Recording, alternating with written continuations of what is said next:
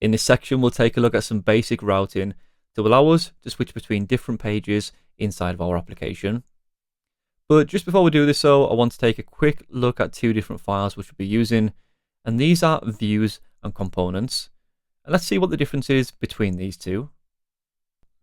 First of all, we have the ID of views, and these are files which hold the contents of each page of Vue. A typical app or website would use links such as home, about us, and contact us, and each one of these will link to a new page, and this is how we will make use of views.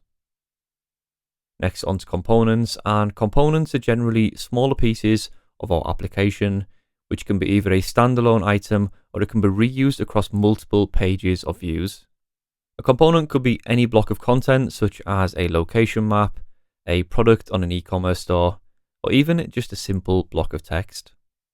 Components can also be reused, either by repeating the contents over multiple pages, or passing a component dynamic data.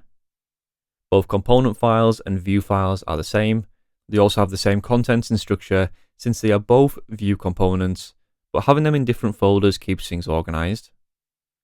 To recap, a view is a page which we can use to switch between on our application, and generally a component is a smaller, often more reusable piece of our page, and we generally store these in their own folders called views and components to make these more organized.